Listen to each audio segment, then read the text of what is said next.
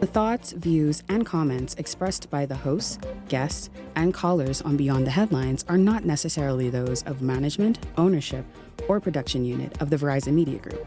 Beyond the Headlines is a production of ILTV Studios and cannot be reproduced or represented in part or entirety without express written permission of the Verizon Media Group. Beyond the Headlines is the intellectual property of the Verizon Media Group. Copyright 2021.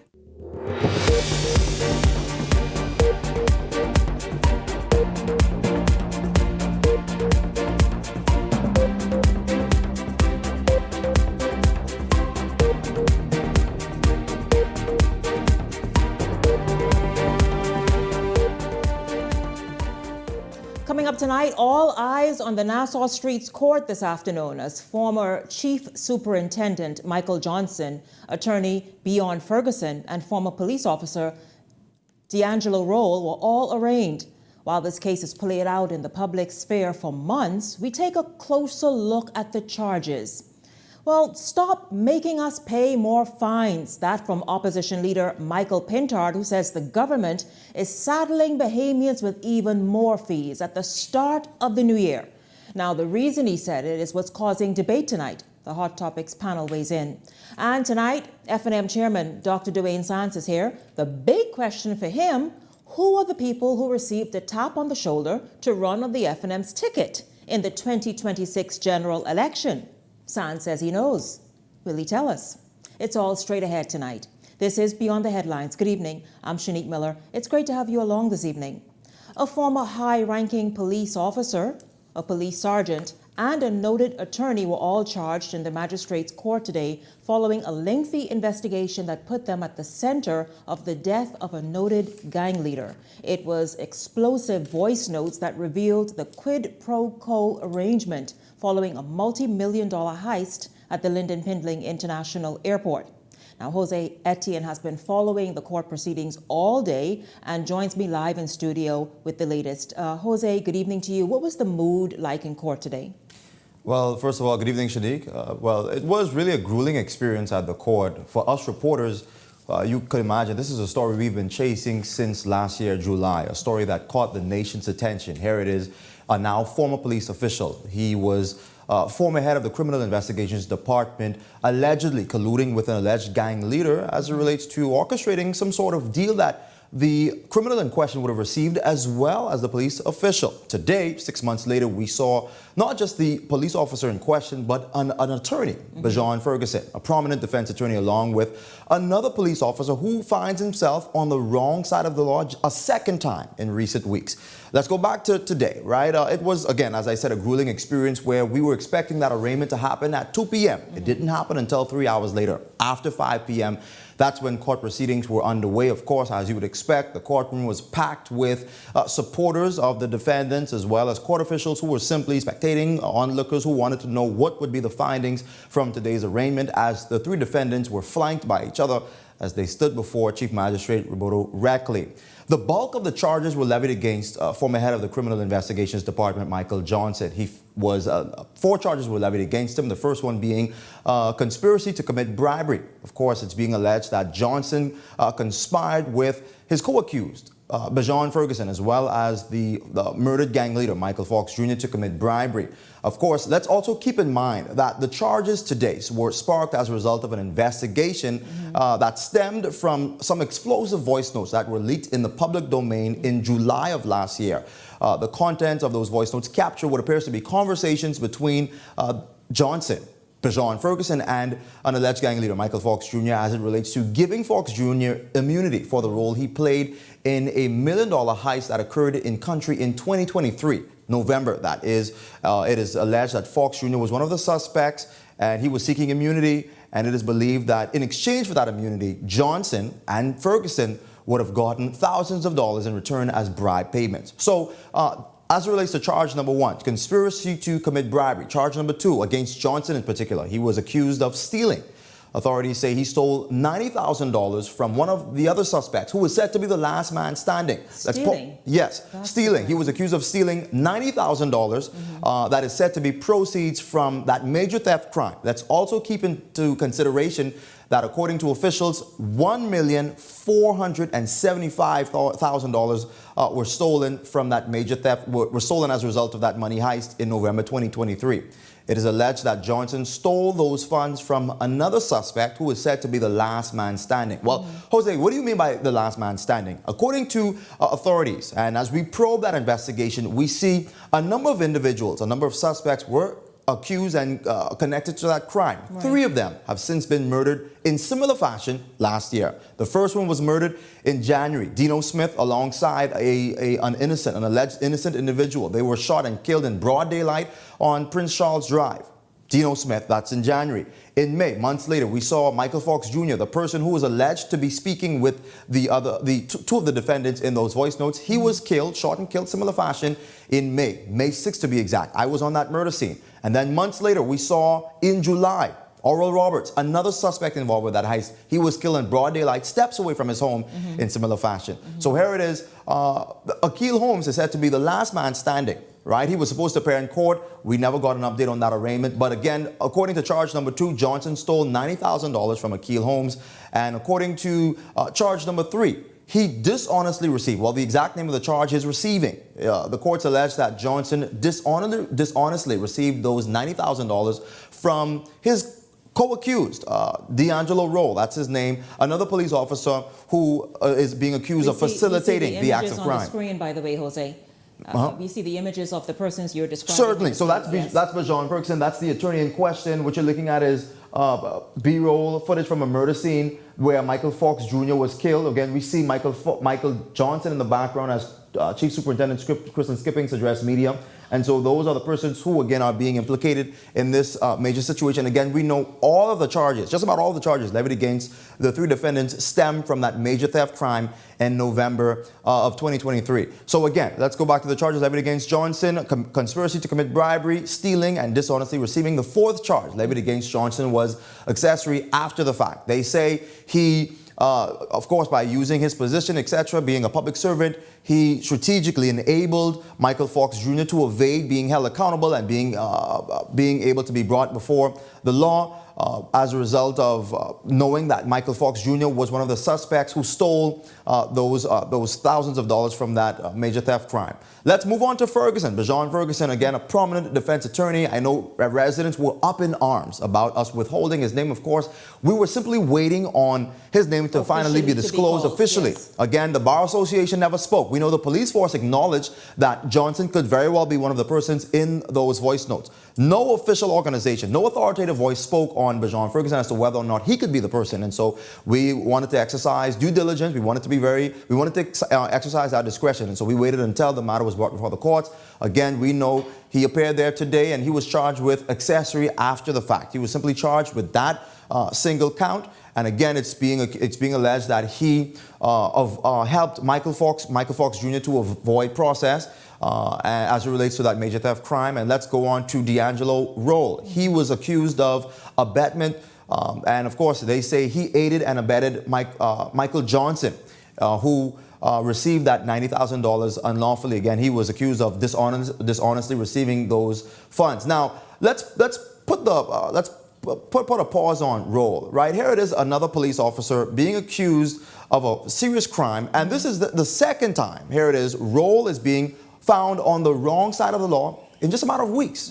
In December of last year, again, weeks ago. He's appeared just recently. Just recently, in December of last year, before the Supreme Court, he is one of, I think, 3 officers, if I'm not mistaken, who was accused of wrongfully killing Azario Major in December 2021. We know the coroner's court spoke loudly and clearly. They say D'Angelo Roll and others wrongfully killed Major, and as a result, they're now going to be facing manslaughter charges, and I think their trial starts in about 2 years from now. And so he appeared before the Supreme Court. Weeks later, he's now before the magistrate's court along with his co-defendants, Michael Johnson and Bajon Ferguson, as it relates to this major theft crime that sparked a serious investigation, prompting concerns about misconduct, abuse of power, potential corruption within the law enforcement agency, the Royal Bahamas Police Force, that some say as a result jeopardized the reputation of the police force. Now, well, it certainly did substantive damage, Jose. By any chance, did any allegations or were the homicides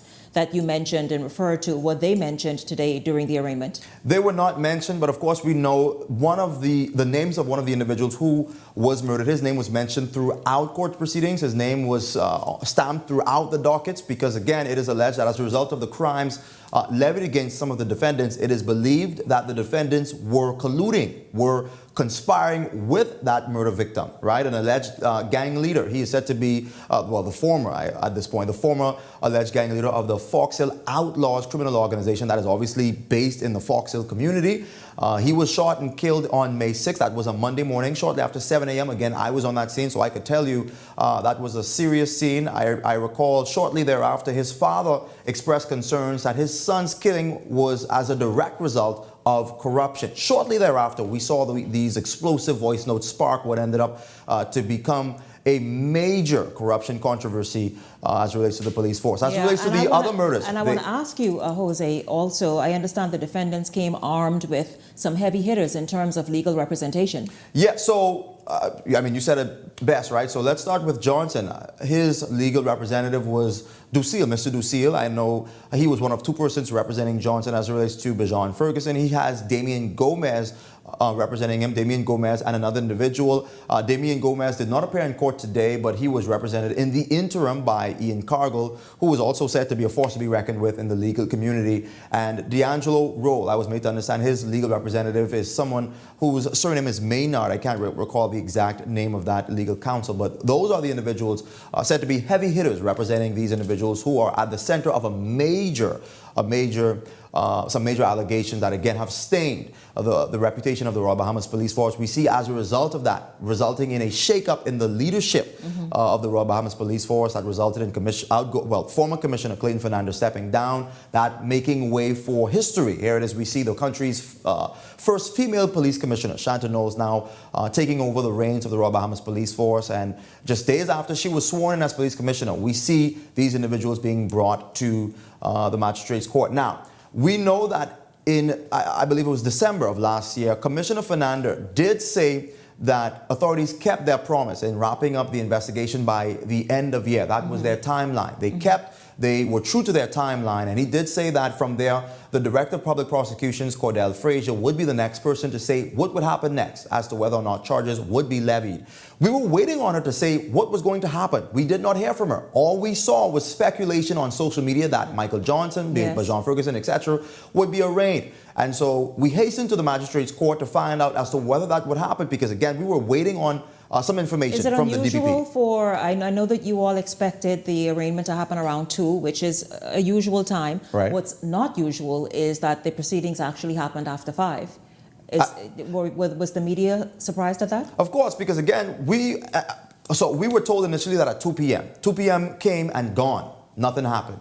And then let's just say 10 minutes before 4 o'clock, police officials sent us a note indicating that the arraignment would begin at 4 p.m. This is minutes before 4 p.m. That is impossible, really, Shanique, impossible. And so fast forward to 5 p.m., that's when we saw activity happening. We saw some vehicles coming in. They were discreet because, of course, we were expecting the defendants to come in some sort of police vehicles, etc., as we had our cameramen on standby to videotape all that we were expecting to unfold. That did not happen. They came in some vehicle that was discreet, that was untelling. Eventually, we saw that they were brought in the court for that arraignment. But again, this is a serious arraignment. Here it is now. The men are being expected to return to court on January 30th for the voluntary bill of indictment. And it is there where we expect to be told what will happen next. Now, as it relates to bail, all 3 of the defendants received bail. They're on bail. Yes. Okay, Jose, thank you. Jose, you were extremely thorough.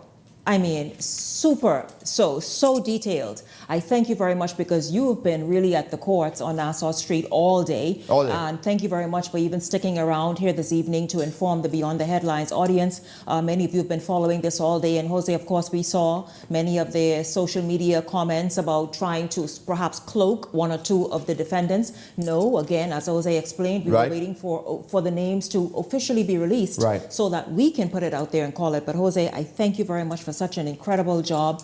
Awesome reporting, very, very thorough reporting. Thank you once again for joining me here on Beyond the Headlines. Pleasure, Shanique. Thank you. Yes, absolutely. Of course, we're going to now get some opinions on this. The Hot Topics panel joins me right now. Michael, as Glenroy comes in, I want to ask you your thoughts on just today's proceedings, the fact that Bahamians are paying very, very close attention to what took place from the arraignment. The VBI will happen at the end of the month, as you heard Jose say, but this is something Bahamians want to see how it plays out, and we heard some of the initial charges, but to see if anything else is added. Shanique, first of all, happy to see that this is actually coming to some, I wouldn't say a conclusion, but, to some start where so the public actually have to get to see, what the charges are. I'm surprised that there aren't additional charges because as you know, we had a lot of young men that lost their lives, and we don't know who the suspects are. But at the end of the day, it's starting. The process has started. I still feel as though it seems as though this is a script that has already been written, and it's kind of is being followed. A lot of things has happened, just in a way, whereas it just, why do you appear very you don't appear optimistic? You say it's a script that's already been written. Why do you feel that way? Everything happened in terms of the timelines, in terms of the superintendent Chief Michael Johnson resigning, the commissioner then basically leaving office. Just everything, the timelines and everything. It just seems as though everything is just coincidental in terms of how it happened. And now we're going through the motions now. And like I said, I'm surprised that, the 4 charges that was put against I think superintendent, not superintendent, but the assistant commissioner, assistant ASP, seems to be very, not what I expected in terms of everything that had transpired, like he said, from July to now. So I was really expecting more, but like I said, we'll see what if there's more charges to be added, and what else is going to take place. But at the end of the day, I think the public is happy to see that there is some that the investigation, Glenroy, has led to this point. I mean, people are a bit pessimistic about Michael says, listen, what happened to the other charges? But the point is, the investigation, as a former Commissioner of Police Clayton Fernandez said, listen, they're doing due diligence. They will, if indeed it's warranted, bring charges. And today that happened. Yeah, certainly, I guess you would say it's good evening, Bahamas, and good evening, Shanique. It's certainly a promise made and a promise kept. You would look at it in that fashion, but also, there are some alarming concerns regarding this issue. And obviously the length of time that this incident transpired, and how is it that all these things were happening, where you would have reached 3 murders in this instance, and the investigations didn't reveal any kind of involvement from these individuals if they were a part of it as being accused. It's very interesting to note that, coupled with the other incident with the other officers and their drama and their thing that they were going through, it's really alarming to see that our force is in this place. And, it requires some shake-up. It requires shake-up even straight up to the current National Security Minister, in my view. It just can't stay as business as usual and the status quo remain. So you're saying that this accountability and persons who must be now step up and be made responsible goes right up to Minister of National Security Wayne Munro? I believe so. If you have the former commissioner has resigned over this incident along with the other scenarios that transpired, why shouldn't the current minister be asked to step down as well? When you consider the fact that the erosion of the Bahamian people's confidence in the police force is obviously in our sight. And that erosion will always be there regarding the fact that the belief is that the directives is still coming from the person who is responsible in the sense of the current Minister of National Security. And so when you talk about having a clean slate, I think you should start from the top straight down, and it gives a whole new perspective and understanding. You have to go higher than that. Yeah, well, that's a different. That's a whole other. But when you have one of the individuals who was arraigned, and he was in a previous matter that involved a murder, and you have 3 young men in this particular case who have lost their lives, and you have a police officer who is sitting a part of that arraignment who is basically in another murder charge that was a couple weeks before he was appeared in court. Really, you have to ask the question, are we really doing something here?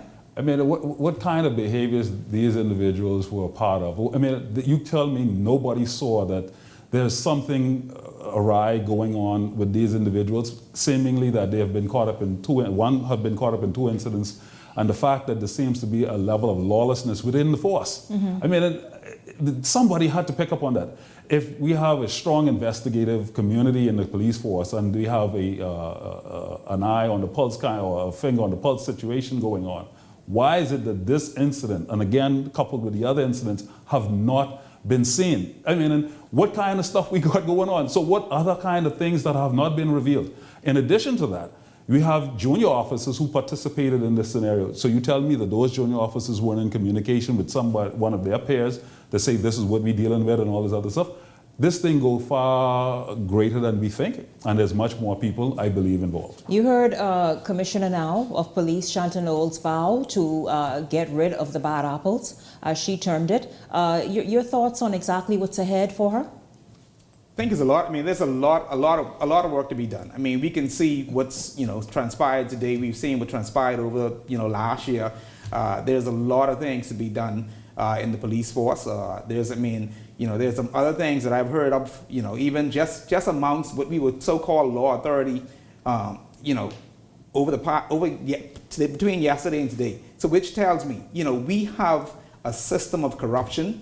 It needs to be from the bottom up. Needs to be weeded out, and that's not an overnight job. That's something that's going to take, from months and months, just combing through, I would say, the weeds, or the grass, trying to pull out the weeds, and get that.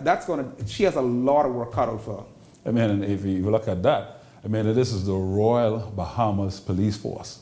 I mean, and when I was growing up, you look at the force with awe, and you revered these individuals who presented themselves because you believed that they had integrity in their actions. And by no means am I painting a broad brush on all of the officers, but obviously there are some who have given this force a bad and terrible name. What also is alarming is, again, it's a police force that's supposed to be enforcing the law.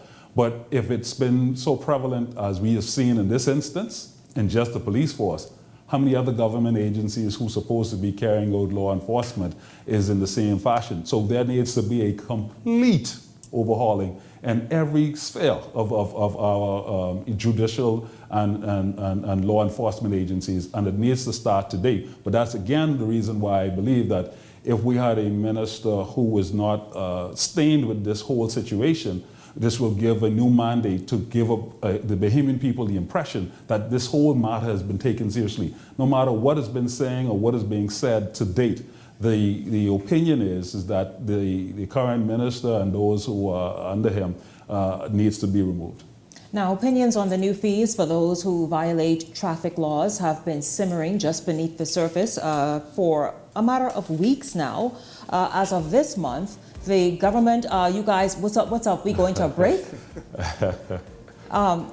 Guys, you all saw Jose talking for about 15 minutes. You all saw that, right? This is Beyond the Headlines. I want to get their opinions on this. We're going to take a quick break and come back with more Beyond the Headlines right after this. Don't go anywhere. We're back after this break.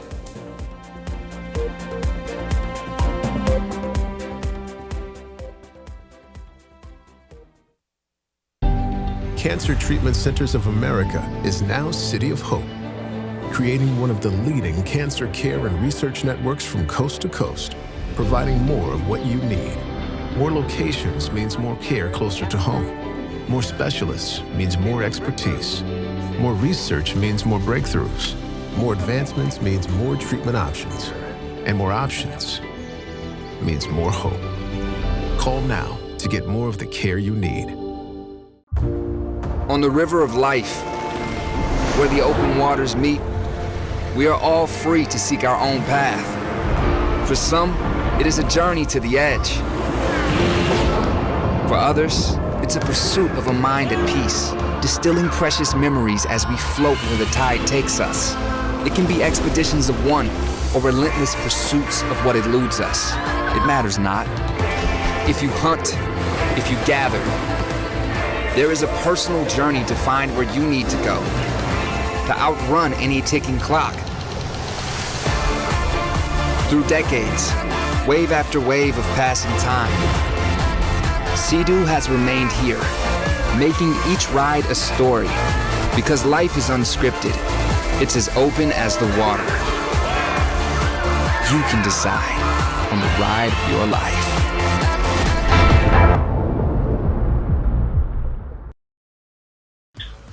What? You don't know what TDC is? Tourism Development Corporation? You mean the Ministry of Tourism? No, that ain't the same thing, but the Tourism Development Corporation helps to develop and grow behemoth businesses in the tourism industry. You hear what they say, boy? Oh, yeah. Develop and grow. You don't know what all the things saying do? What does do? Well, check the website, boy. Start your journey to ownership of our #1 industry today.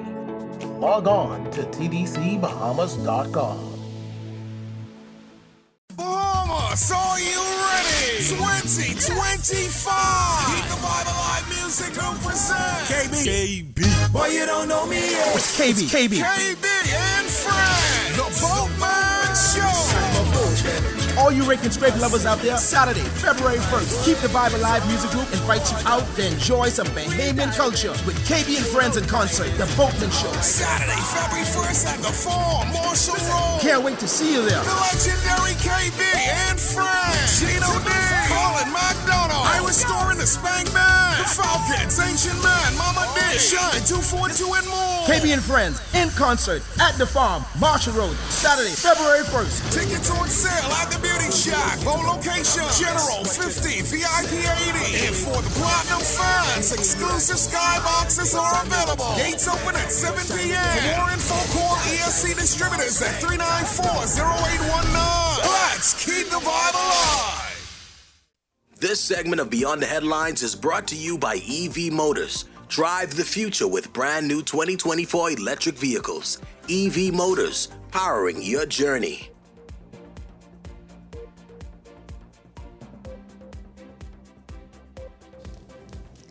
Welcome back to Beyond the Headlines. Just before the break, I was getting into the fact that the Road Traffic Department will be enforcing some amendments to the Road Traffic Act. This will introduce fines for non-compliance and empower the police to seize uninsured vehicles, requiring owners then to pay $300 to have them released. Now, one of the changes is that drivers will no longer be allowed to renew their vehicle licenses with an insurance policy that's valid for less than 6 months. You remember how it kind of used to play out, like maybe a few months here, or I even heard Michael said just earlier that people would go and get a cover letter, so they probably pay something down, get this cover letter, go have their vehicle's license, and never look back until the next 12 months. And so the enforcement is to encourage more compliance. Now, Opposition leader Michael Pintard says there are ways to strengthen the rule of law on the road without sacrificing fairness and compassion. So, is the government being unfair and lacking compassion? That is where the discussion comes in tonight. Gentlemen, welcome back. It's good to have you both. Michael Turnquest, Glenroy Pratt. Listen, people are all over the place with this because we know in the Bahamas we have an issue with motorists being bold, driving, creating their own lane and even just doing the most on the road with no licenses. None at all, no coverage. Shanique, like I said, earlier when we spoke about this issue, I think the insurance companies also need to take a part, in terms of, most insurance companies issue what they call a 30-day cover, which allows a person, because they don't go, they don't go through all the paperwork as yet. They'll give them a cover letter. They go to the road traffic. They get their car license, and then it is expected that they come back to the insurance company to either, finish their policy or pay the policy up for the rest of the year. Most people, what they do is they'll take that 30-day cover, get their car insured, and they never go back to the insurance company, never pay it. So of course it falls off the books for the insurance company. The insurance company is not sure whether the car was licensed or not, but they know the car is not insured or not with them. And most behemoths just go ahead and carry on their business as usual. And then we get some who just they don't insure nor license their car at all. They're just riding around trying to evade police. I think in terms of those fines, like you said, they were sitting on the books for some time. And we've always talked about enforcing the law. And I think in order to shape up this society that we have today, that being lawless. From, the lawless society that we have to start somewhere. And I say from straight down from people loitering on, just throwing the trash all over the place, to cars not being insured, to cars being unlicensed, persons, the bus drivers up and down the place acting like they fool. I think we need to start from there in order to make sure people know that, hey, we are serious about bringing law back to this country. Yeah,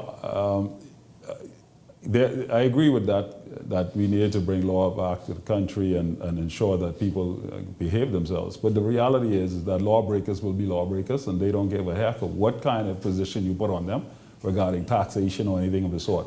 So by and large, the larger amount of people that's going to be adversely impacted by this ruling or this proposed bill is the general masses who are law-abiding citizens. And in some cases, you're going to put people in some financial hard strain, whereas they're going to find themselves going and committing crime, whereas they're not going to be able to find themselves to pay at the time. For example, if you were forcing me to pay for my insurance, my car license, and everything on my birth month, the economy isn't the best right now for a good amount of Bahamian people.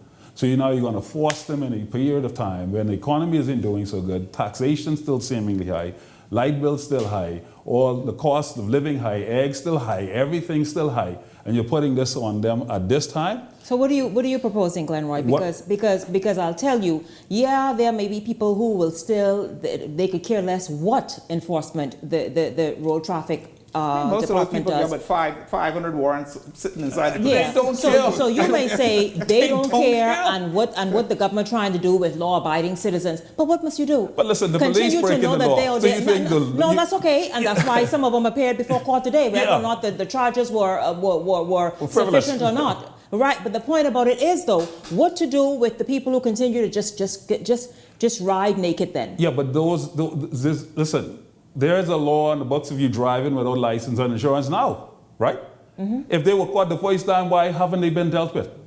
Imposing another law on top of what exists now doesn't help the situation. They're going to continue the same behavior. But Glenn, I give an example. And my mother was in an accident the other day. I mean, somebody run straight into her in the back. The police came on the scene. It's clearly whatever report that the police put in he wrote it in favor of the person that ran in the back of her, and he had no insurance, and they ruled my mother as driving recklessly.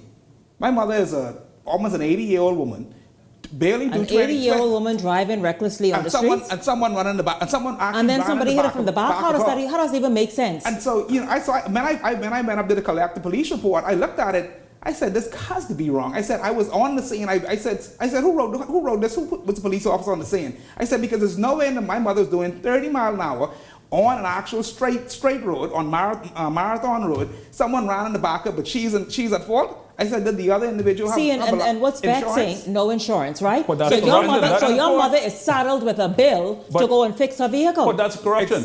But see but understand the point I'm making. The fact is, he still didn't have insurance, right? The fact is, your mom still was charged, and the fact is, he's still going to drive, and he continued what he does. Especially when he's connected with somebody who's probably on the force, who's not even enforcing the rules and the laws as it is now. And so again, this does not impact the ordinary citizen because lawbreakers will be lawbreakers. One set of lawbreakers does not at all, or do not, and should not equal to the law not being enforced, Glenroy. See, I say you cannot go and say, well, they can break it anyway. No. I'm not saying to don't care and not try to find ways to fix the problem, but I certainly believe that at times like this, when you're trying to impose additional what I call extreme measures that will impact people financially, it's not a right move. That's not what I believe we should be doing. What I think could be done is obviously the same concept that they have. The insurance companies can still send out a list. Here are a list of vehicles that we had insured that have no longer been insured. Why you can't have them take that information and search and see if these cars that they have sent them and see if those people are on the road. If they are on the road and you go and you check and they're still on the road, you then really you deal with expect that. something as detailed as that to happen? But that's what they're proposing. That's what they're saying they're going to do. That requires systems between road traffic and all the insurance companies. But again, that's what they're proposing to do. Which would be something I think would be a good thing for the country as a whole. But at the end of the day, when will that come into play? I mean, we need to take care.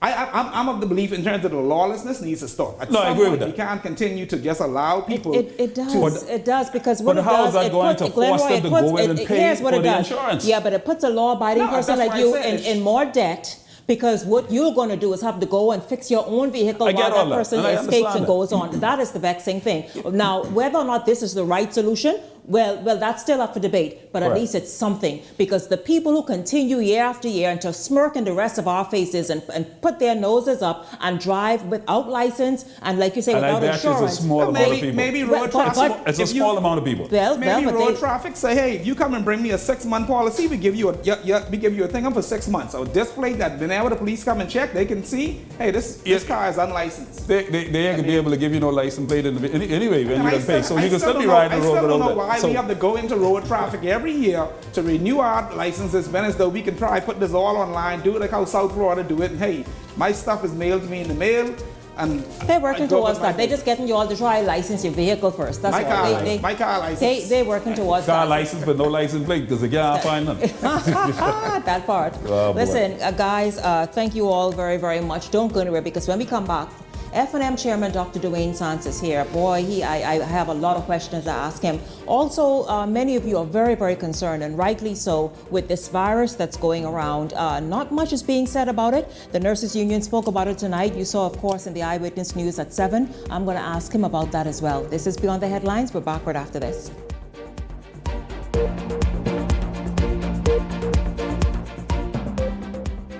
Bahamas, are you ready? 2025. Keep the Bible Live Music Group present KB. Boy, you don't know me yet. KB. KB and friends. The Boatman Show. All you Rick and Scrape lovers out there, Saturday, February 1st, Keep the Bible Live Music Group invites you out to enjoy some Bahamian culture with KB and Friends in concert, The Boatman Show. Saturday, February 1st at the Farm, Marshall Road. Can't wait to see you there. The legendary KB and friends. Gino D. Colin McDonald. Irish Story, the Spank Man. The Falcons, Ancient Man, Mama D. Shine 242 and more. KB and Friends in concert at the Farm, Marshall Road, Saturday, February 1st. Tickets on sale at the Beauty Shack. Low location. General 50, VIP 80. And for the Platinum fans, exclusive skyboxes are available. Gates open at 7 p.m. For more info, call ESC Distributors at 394-0819. Let's keep the vibe alive. It's the most luckiest time of the year. There'll be things that are spinning and cash prizes winning. Just Big Bang is here. It's the most luckiest time. Yes, the most luckiest time. Oh, the most luckiest time of the year. Merry Christmas and Happy New Year from Island Luck. Time of the year. Edenwell has expanded their testing menu. We now offer blood work, drug screening, and so much more. Our hours of operation are Monday to Friday, 7 a.m. to 5 p.m., and Saturday, 8 a.m. to 1 p.m., located on 11 Madera Street. We are here for all of your laboratory needs, with fast and reliable lab work done by our friendly and knowledgeable staff. Let us help you take the needed steps to stay in the know about your health. Let's keep working towards a healthier you. Stay Eden well. Tired of driving around from place to place just to get your car insured and licensed? Frustrated with the process of being back and forth from your insurance company to road traffic? Well, BMG Insurance Agents and Brokers just made insuring and licensing your motor vehicle as easy as 1, 2, 3. Step 1. Visit us at the Road Traffic Department, Section 1, Thomas A. Robinson Sports Stadium. At our office, you can purchase or renew your insurance or get your vehicle inspected. We at BMG Insurance Agents and Brokers represent major carriers. Step 2. See the professionals at Road Traffic to get your vehicle licensed. Step 3. Enjoy your day. Insure with BMG Insurance Agents and Brokers today, saving you time and money. Your one-stop shop for all of your insurance needs. Great rates, convenient, excellent service. For more information, call us at 322-2221. So you want a space. But not just any space. You need something with a little more potential. So how about 1,000 square feet of room to play with? Superb audio and video production capability, digital LED wall, full lighting grid, and about 124 seats to accommodate a full studio audience, with so many other features. Make us your home for your next concert, conference, and so much more. Honestly, the possibilities are endless. Here at ILTV Studios, we'd love to bring your next event to life. So what do you say? Do you want our space?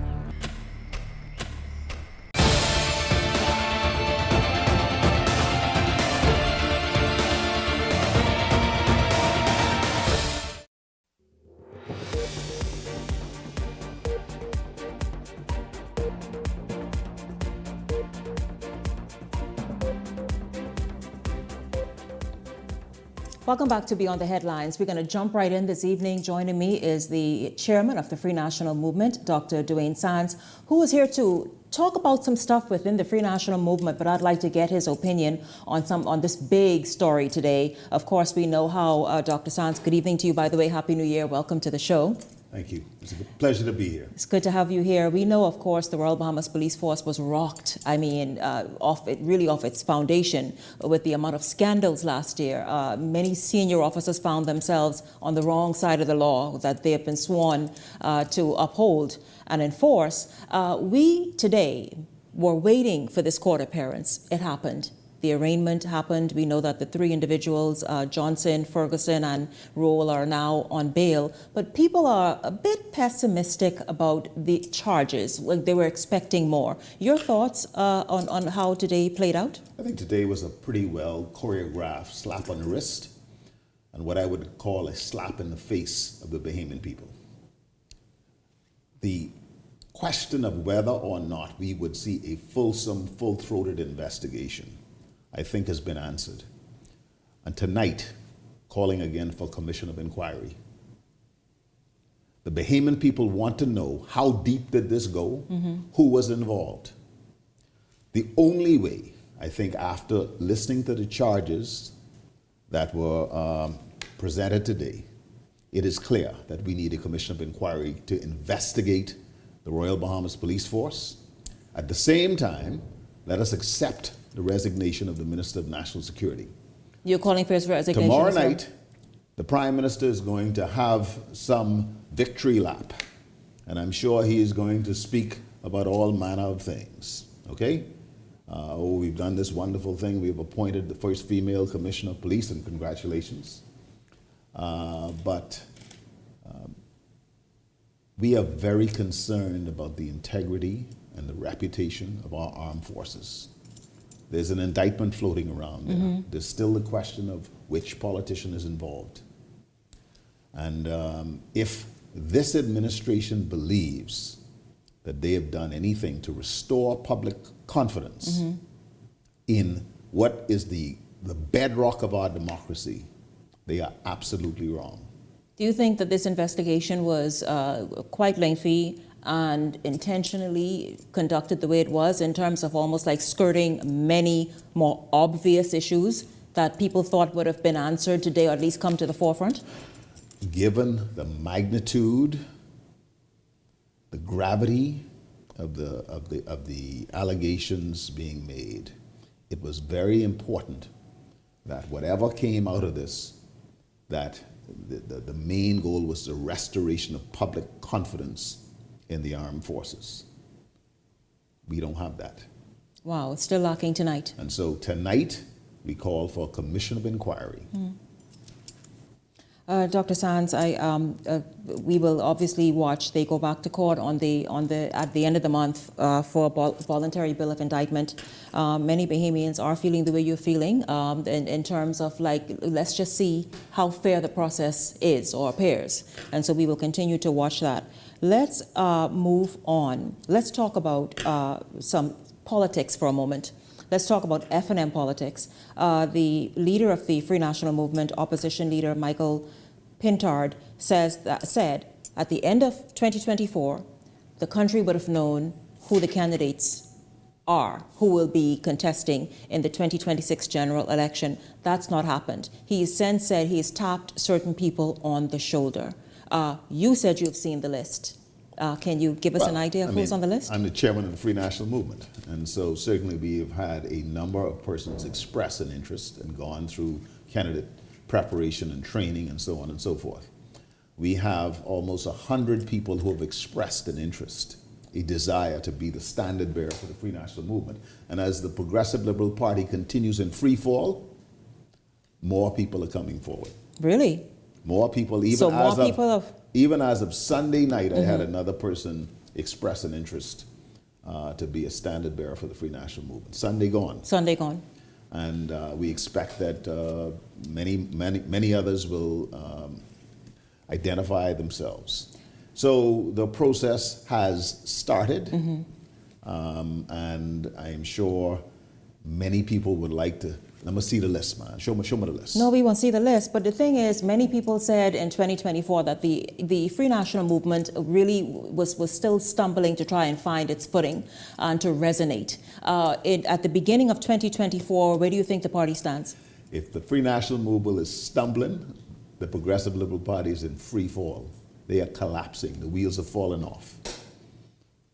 And I believe that the public now, just like in 2017, are saying, hey, this crew, I can't deal with them. So you all show us what you got.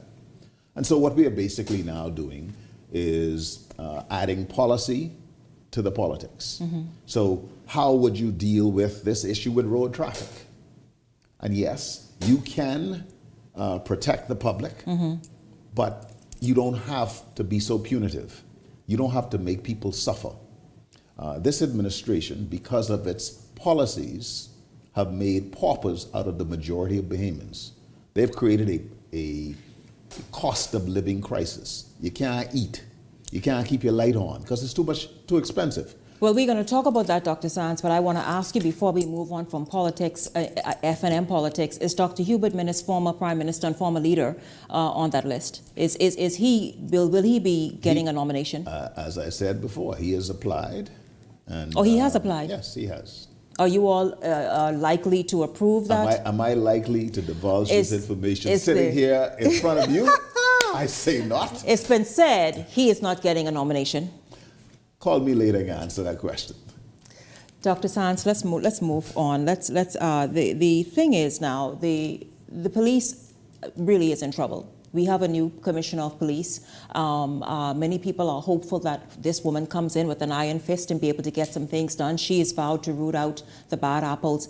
Is it fair, or why then, perhaps better question, what is the reasoning and why did F&M leader, opposition leader, Michael Pintard, point out directly one of the deputy commissioners? What is it that the nation needs to know about Anthony Roll and the fact that according to Mr. Pintard, he is not suited to that position? So in the ordinary hierarchical structure of the Royal Bahamas Police Force, there's a single deputy, okay?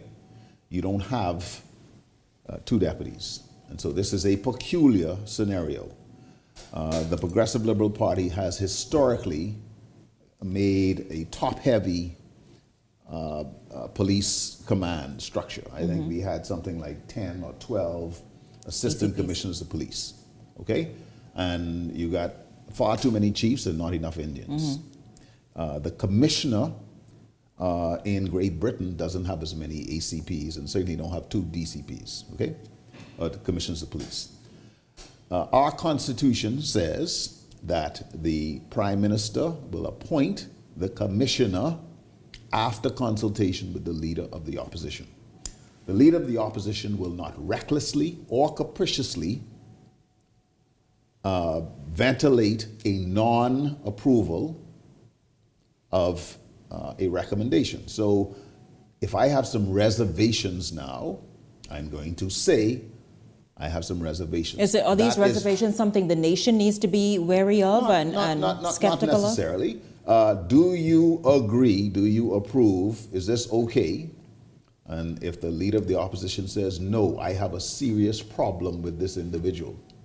That's it. What is the problem with the individual? Because see, it's in our best interest, other than it being top heavy, as you pointed out, it's in our best interest that whether or not Anthony Roll stays there, that he is effective, if he was responsible, and he can gain the respect of the Bahamian people. There's no urgency or emergency to appoint somebody to a post which is not required. The Prime Minister is creating this post out of the blue. Okay? Even though it's existed before. The post, but it doesn't exist. It didn't exist until day before yesterday. Yeah, no. There have been other two deputy commissioners in the administration of Clayton Fernanda. Mm-hmm. How many deputy commissioners did we have? 2? No. Yes. No, we did not. Andrews and. Of Clayton Fernanda. Clayton Fernanda. Okay, so you now have a situation where there is a decision to appoint a second deputy commissioner. Question is asked of the leader of the opposition in his role as leader of the opposition. Do you concur? Do you agree? The leader of the opposition says no. Mm-hmm. And ventilates the reasons. If the Prime Minister is willing to release the letter that was written by the leader of the opposition, let him go ahead and do so, because there it articulates all of the concerns. Well, we certainly hope we can get an idea of what that is. But it is unfair to the officer to have his reputation now drawn into the public domain. It absolutely is. Understand that it was done by the Prime Minister, not by the leader of the opposition. Because the Prime Minister could very well have said, there are reservations that have been expressed, I cannot appoint you. We had a similar situation with the appointment of an ambassador to the United States sometime under the Christie administration, I believe. Sent the gentleman all the way up to Washington prior to having the United States approval of that individual as ambassador. They never agreed. And so we now had to reassign the gentleman and find a different ambassador. If they had followed the protocol, send a diplomatic letter, wait for the approval, not a problem, everything take place. Mm-hmm. But no, you want to jump the gun. So you feel as though this administration, the Prime Minister, jumped the gun with Anthony Roll, and perhaps he may have to... This administration is guilty of the politicization of the police force. But doesn't it happen every time? Under any administration? Is not the strong arm of politics always present, particularly in the police force? Are we going to do better? Well, we should. We should. And so if this is a new day, if we are going to celebrate an opportunity to move the Royal Bahamas Police Force from the culture of corruption that was described by the former commissioner, then let's do it. The Bahamian people are looking on. The international community is looking on. Mm-hmm. There's an indictment sitting in New York that raised some very serious questions about a very high-ranking member of our police force, our defense force, and our political leadership. Mm-hmm. Yeah, absolutely. Dr. Sands, let's move on. You know, you mentioned earlier about inflation. It's been an issue now for a couple of years.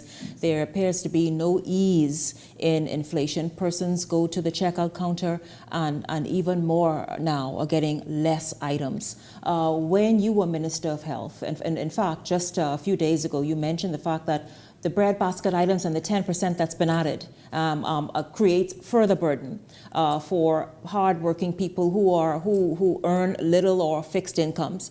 You also mentioned that, listen, it needs to be a healthier bread basket items option. This is something you attempted to do when you were Minister of Health. It never happened. Why? I don't think that it was fully appreciated just how significant and important that was. And that was true not just from the opposition side, who's now in leadership. It was also not recognized even by my team. Understand that Bahamians pay a disproportionate price for the choices that we make and for our genetics. Okay? So when you look at diabetes, high blood pressure, obesity, etc., which is fueled by the choices we make. Pay a massive price, more so than any other Caribbean country and many countries in the world. And so when we look holistically at our health in all policies, we ought to be making sure that people can eat healthy so we don't have the disaster that we have in our healthcare system. When you look at the number of productive years of life lost from NCDs, when you look at the number of years lost of healthy living, Bahamians on average spend the last 10 years of their life in poor, ill health. Okay? This policy that says that instead of eating a healthy diet, you could only afford noodles, or you could only have corned beef, or you could only have something which is not good for you, is a dumb public policy. It makes absolutely no sense. Dr. Sands, there's a study that you and I shared earlier today that even is regional and talks about lifespan mortality because of obesity, because of the NCDs. Let's come back then and bring that here. The cost of living, I imagine they're experiencing it as well, but right here in the Bahamas, I understand that the tax rate or the duty rate to import food by merchants has not substantially changed over the years. Why is it then that we are not seeing the ease or that reflected in what the food is costing when we go to cash out? And how can any government address it? We are unprepared to have the honest conversation that we are killing ourselves and killing our people from policy. And so when a government says that, hey, we're enjoying this 10% VAT that we're getting on this food, whether you're talking about strawberries, blueberries, lettuce, tomatoes, whatever, because all we want all that revenue, it is dumb, okay? Because what you basically are saying to your people is that you cannot afford a salad. You cannot afford a healthy breakfast. Orange juice, $19 a half gallon, you can't drink it, okay? You could have orange drink. All right? You cannot have the produce which is on the shelf. Okay? You could get out the can. And I could continue and embellish this story. But fundamentally, we now need to recognize that unless we make healthy choices more affordable, we're going to continue to watch our parents, grandparents, brothers and sisters drop dead like flies. Well, you were very passionate about this as Minister of Health. I remember one time on a show with me, someone called and told you mind your own business.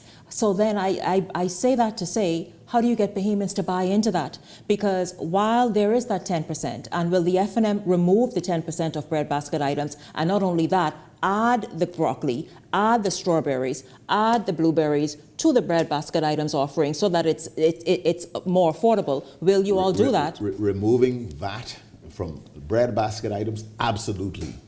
Expanding the rebate of VAT, I believe, is something that has to be agreed, but I think that is something that we will absolutely do.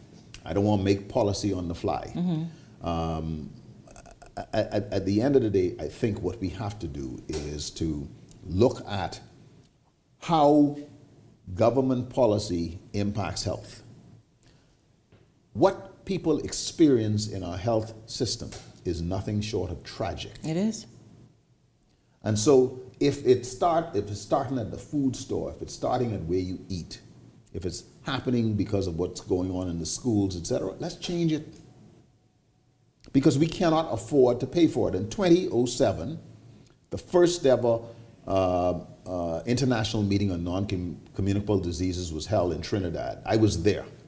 I made a presentation at that meeting. The Bahamas chaired that meeting. It was said that if we did not get a grip on non-communicable diseases, it would wipe out the economies of all of the Caribbean countries within 30 years. So said, it's happening. Listen, I'm telling you, the study that we both looked at, that's what every nation around the region is now saying. Just what you're saying. Some are in worse off conditions than others. The Bahamas, unfortunately, has a statistic that is at the global level into the top 10. We are penny wise and pound foolish. for a couple of cents, get a little bit of VAT money so I can travel, we end up making it more difficult for Mrs. Smith, Mrs. Brown to not be diabetic, to not be hypertensive, and to end up putting on that extra weight because the quality of the food that she's eating is not good. I really want to know also what can be done to change that mindset, because people still want to go and select what they want regardless of how much it costs. You know that's an issue as well, because we've discussed that a lot, many times over the years. If you like it, let it kill you. But that part, that's exactly what you said. And tonight, if you all heard that, you know, it may sound cold and harsh, but it's the God honest truth. You do not want to be caught up in the public healthcare system if you don't have to be. I firmly believe that. Dr. Sands, I would love to have you on as we continue to move forward this year, because I understand a lot happening politically this year. I'm expecting my invitation. Yeah, absolutely. That's a deal. I thank you very, very much, of course, F&M Chairman Dr. Dwayne Sands here on Beyond the Headlines this evening. We had to, of course, compress his time because we had a lot going on in the news today. Thanks to Jose, who stopped by at the top of the show. And, of course, my Hot Topics panelists, Michael Turnquest and Glenroy Pratt. Thanks to them as well. And I want to say a big thank you to all of you for tuning in this evening. Certainly enjoyed having you along. And we look forward to seeing you right back here tomorrow evening for the entire Beyond the Headlines team. I'm Shanique Miller. Make it a great evening.